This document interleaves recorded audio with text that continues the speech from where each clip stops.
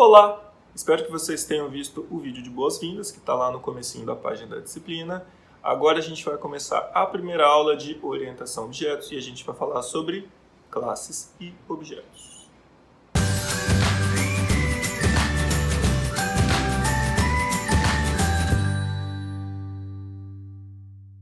Bom, para começar, você lembra a diferença entre um programa, um código-fonte, um algoritmo e uma linguagem de programação? Para o computador, um programa é simplesmente uma sequência de zeros e uns que representam no código de máquina o quê? Uma sequência de instruções, uma sequência de coisas que o computador vai ter que fazer para resolver um determinado problema. As máquinas não entendem a linguagem que a gente fala. A máquina entende a linguagem de máquina. E a gente tem a nossa linguagem. A gente fala português, a gente fala inglês, a gente fala alemão. Se eu encontrar uma mocinha que fala russo, eu não vou conseguir me comunicar com ela. Se eu quiser trocar alguma informação com essa mocinha, eu vou precisar de alguém que faça a tradução entre o que eu falo e o que ela fala. Então, se eu quero me comunicar com o computador, se eu quero passar uma sequência de comandos, uma sequência de instruções para ele, e eu não falo a língua dele e ele não fala a minha, é preciso haver um meio termo aí. A linguagem de programação é o meio termo entre o que eu entendo e o que a máquina entende. Então ela é uma linguagem que não é completamente igual à linguagem de máquina, que é só zeros e uns, e ela também não é igual ao português. Só que é uma linguagem que foi feita para que a gente só consiga passar as informações que são traduzíveis para um computador. Se eu virar para o computador e falar bom dia, isso na verdade não é uma instrução válida para o computador. O computador não vai saber o que fazer com essa informação. Mas eu posso mandar ele somar 3 mais 5. Então a linguagem de programação vai conter só um conjunto de vocabulários que vão ser pertinentes para aquilo que você quer fazer, que é criar os seus programas. E aí você vai pegar um conjunto de algoritmos, que são algoritmos, são sequência de instruções para você resolver um determinado problema. E aí você vai escrever esse algoritmo utilizando a linguagem de programação que você escolheu. Um conjunto de algoritmos escritos em uma linguagem de programação vai ser um código-fonte. O código-fonte vai ser o quê? Vai ser um texto que você escreveu numa linguagem de programação contendo um conjunto de algoritmos. Esse código-fonte vai ser traduzido para a linguagem de máquina e assim você vai ter um programa que vai ser executado pelo computador. E um paradigma de programação define o estilo da linguagem de programação. Tanto o português como o espanhol, eles vêm do latim, eles têm um estilo muito parecido. Você pode traduzir praticamente palavra por palavra do português para o espanhol que você vai ter algo que faça sentido. Agora, se você pega o português e o japonês, por exemplo, às vezes não fica tão simples de você fazer a tradução ali palavra por palavra, achando que vai sair igualzinho, porque a forma de você se expressar é um pouco mais diferente. Em programação 1, programação 2 e estrutura de dados, vocês usaram paradigma estruturado. Além do estruturado, você tem o paradigma funcional, onde tudo se baseia na interação entre funções, e existe também o paradigma orientado a objetos. Existem alguns outros, mas eu acho que vocês só chegam a ver esses 3 nesse curso. Cada linguagem adota o seu paradigma. Java utiliza o paradigma orientado a objetos. Já Python é multiparadigma, ou seja, você pode usar Python para escrever um código utilizando paradigma estruturado ou orientado a objetos, ou até mesmo funcional. No paradigma orientado a objetos, a gente vai tentar abstrair e simular o mundo real. O que existe é basicamente uma composição e interação entre um conjunto de objetos. Por isso, orientação a objetos. E um dos motivos para que isso seja feito é que a gente reaproveite o máximo possível os nossos códigos e jamais faça serviço à toa. Quando você vai criar um programa muito simples, a orientação a objetos pode parecer desnecessária ali para você. Ela passa a se tornar muito útil à medida que os seus programas vão ficando mais complexos e mais difíceis de se gerenciar. Um código orientado a objetos é composto basicamente por classes, objetos e pelo relacionamento e interações que ocorrem entre esses objetos ao longo do seu código. O que é uma classe? Uma classe representa um conjunto de objetos com características semelhantes. E os atributos dessa classe vão definir as particularidades de cada um dos objetos desse conjunto. Vamos supor, por exemplo, que eu tenho essa classe pessoa aqui do lado. Eu estou criando uma classe para modelar todas as pessoas que vão existir no meu sistema. Uma pessoa no mundo real pode conter várias características, mas para o meu sistema, o que eu preciso saber? Então aqui do lado eu estou definindo a classe pessoa, vai conter 4 atributos. Nome, CPF, sexo e idade, e essas são as informações que eu vou precisar saber dessa pessoa no meu sisteminha. Do lado de cada um desses atributos, eu vou ter o tipo do atributo. Nome é uma string, ou seja, uma sequência de caracteres, CPF também, idade é um número inteiro e sexo é um caractere. E aí, cada vez que eu criar um objeto dessa classe, eu vou poder associar valores diferentes para esses atributos. Eu posso ter uma pessoa chamada Hilário, posso ter uma pessoa chamada Alessandra. Então vamos supor que eu estou implementando um sisteminha bancário. Além de uma pessoa, o que existe no banco? Existe uma conta. Uma conta pode ter, por exemplo, o número da conta, o titular, o saldo e o limite. O número da conta vai ser uma string, porque tem o dígito lá, com um tracinho no meio. E o titular é de qual tipo? O titular poderia ser uma string com o CPF da pessoa? Poderia. Poderia ser o nome da pessoa? Poderia, mas pode ser duas pessoas com o mesmo nome. Isso poderia ficar complicado de identificar exatamente quem é o titular da conta. Então aqui você começa a ver a utilidade da orientação a objetos. Um titular é do tipo pessoa. Pessoa é o quê? Pessoa é aquela classe que a gente definiu ali em cima. Então, número é string, titular é do tipo pessoa, saldo e limite são do tipo double ou float. Ambos simulam um número real, mas o double tem o dobro da precisão de um float. E o que é um objeto? Um objeto é uma instância de uma classe e vai armazenar as suas características através dos atributos. Vamos supor que eu tenho a classe livro, por exemplo. Se eu falo a palavra livro, você consegue imaginar um conjunto de objetos que você já se deparou ao longo da sua vida que se encaixam naquela classe, na classe livro. Aqui eu tenho 2, por exemplo. Então, isso é um livro, isso é um outro livro. Cada um deles é um objeto diferente e ambos são livros. Ambos são objetos da classe livro. O que um livro possui? Um livro possui um título. Todos esses têm título? Tem título. Um livro tem um autor. Todos eles têm um autor? Esse tem um autor, está aqui em cima. Esse tem um autor, está aqui, Agatha Christie. Não sei se dá para vocês lerem. Um livro tem um texto. Um livro tem uma capa, tem um número de folhas. Mas apesar de ambos serem livros e ambos terem esse conjunto de informações iguais, eles são objetos diferentes. E presta atenção, se eu comprar um outro exemplar desse livro, eles vão ser o mesmo objeto?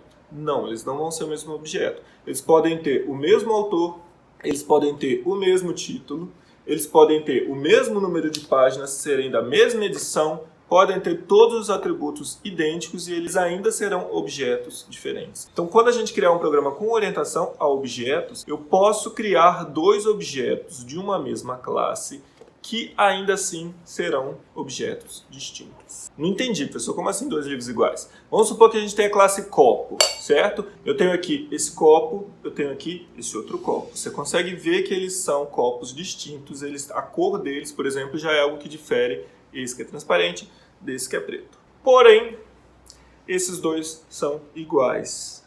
Eles são o mesmo objeto? Não são o mesmo objeto. Eles são iguais, eles servem para a mesma coisa, mas eles são objetos diferentes. Esse é um objeto, esse é um objeto. Eles são da mesma classe? São. Eles são da mesma classe daquele outro copo? São. Só que esses têm todos os atributos exatamente iguais. Não tem nada que você possa fazer para diferenciar esse desse. Mas mesmo não tendo nada que os diferencie, eles ainda assim são objetos distintos. Ok? Então uma classe contém um conjunto de atributos, você pode criar vários objetos daquela classe, e aí você vai usar os atributos para definir as características de cada um dos objetos daquela classe.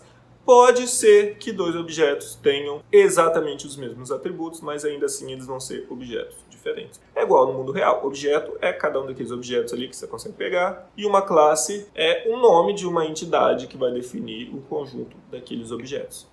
Bom, a gente vai usar Java, e Java não é escrita em português, Java é escrita em inglês. Então, se você quiser definir uma classe, vocês vão usar a palavra class, que é classe em português. Então, aqui do lado a gente tem o código para definir a classe pessoa. class pessoa, abre chave, você só vai fechar essa chave quando você terminar de definir todas as características dessa classe. Por enquanto, a gente só está definindo quais são os atributos de uma classe. Quais são os atributos da classe pessoa? Nome, que é uma string. Quando a gente fez o diagrama da classe, a gente colocou lá nome, string. Quer dizer que a pessoa vai possuir um nome e esse nome vai ser do tipo string. Isso não está em nenhuma linguagem de programação específica. Isso é um diagrama que pode ser usado para implementar uma classe em qualquer linguagem de programação que aceite orientação a objetos. Em Java você vai criar uma variável parecida com o que você fazia em C. Vai ter o tipo e depois o nome da variável. Então, se ali no diagrama de classes eu tinha nome string, quer dizer que eu quero criar uma variável nome e essa variável vai ser do tipo string. Então aqui no código da minha classe pessoa eu vou ter uma string nome, ponto e vírgula. Vocês acabaram de ver sem instrutor de dados, então bem parecido para vocês. String CPF, depois int idade e no fim char sexo. A classe está criada. Por enquanto ela não faz nada. Uma coisa de cada vez, depois a gente chega lá. Já a classe conta vai ter o quê? String número, porque string, para a gente botar o tracinho lá com o dígito verificador. Depois a gente vai ter um titular. O titular da conta é de que tipo? Do tipo pessoa, que é aquela classe que a gente acabou de criar. Então, pessoa, espaço, titular. Pessoa é o tipo, titular é o nome da variável. Depois, double, saldo, double, limite ou double, saldo, vírgula, limite.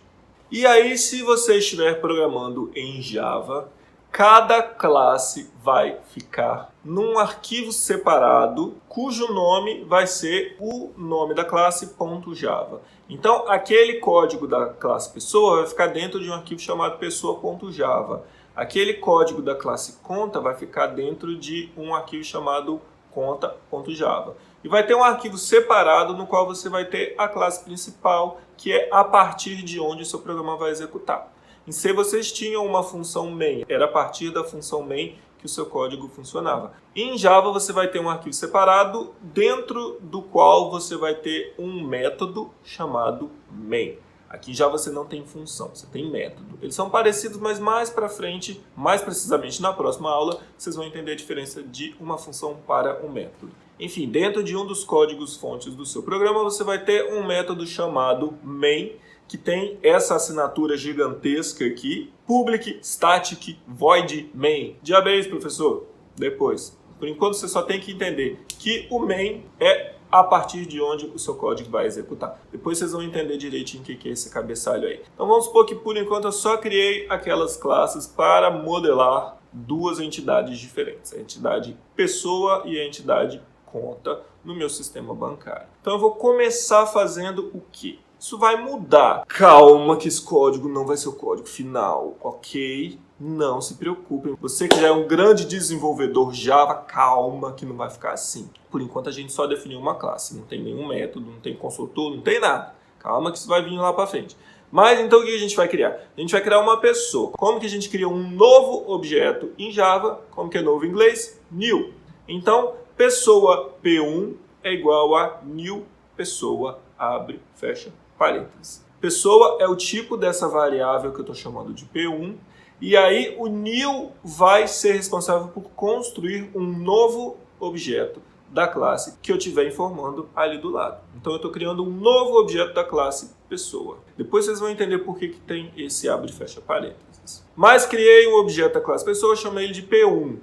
P1 vai ter o quê? Vai ter um nome, vai ter um sexo, vai ter uma idade, vai ter um CPF. Então eu posso, por enquanto, colocar aqui P1.nome recebe Hilário, entre aspas, porque é uma string, P1.cpf, aí eu vou ter o CPF do Hilário, P1.idade, a idade do Hilário, 18 aninhos, e P1.sexo, o sexo do Hilário. Depois eu crio uma outra pessoa, eu tenho um outro objeto da mesma classe. Esse P2 vai ter o seu nome, a sua idade, o seu sexo e o seu CPF. E aí eu vou criar depois disso uma conta pertencente ao Hilário.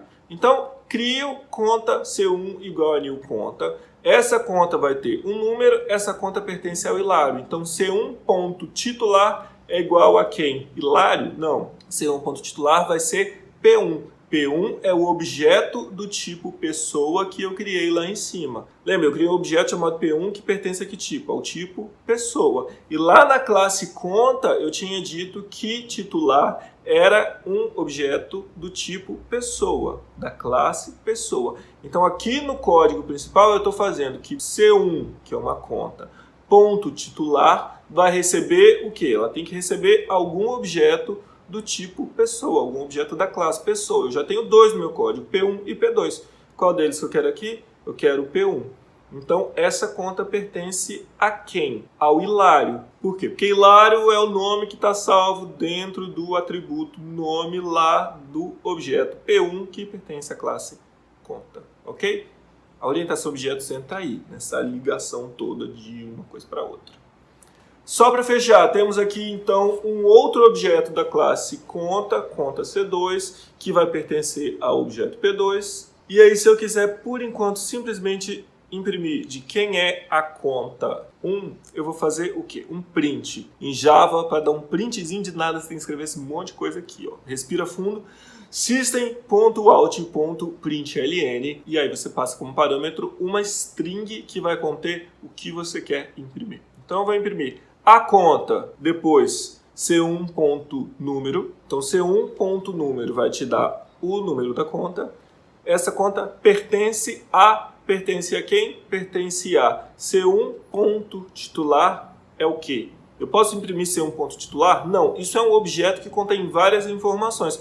Qual informação desse objeto você quer? C1.titular é um objeto da classe pessoa. Pessoa tem o quê? Pessoa tem nome, CPF, idade e sexo. Eu tenho que escolher o que deles que eu quero imprimir. Eu quero imprimir o nome. Então eu vou fazer C1.titular.nome.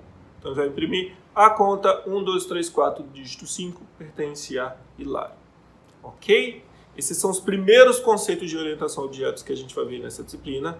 O troço vai ficar um pouquinho mais legal mais para frente, mas vamos com calma, um dia de cada vez. Ok?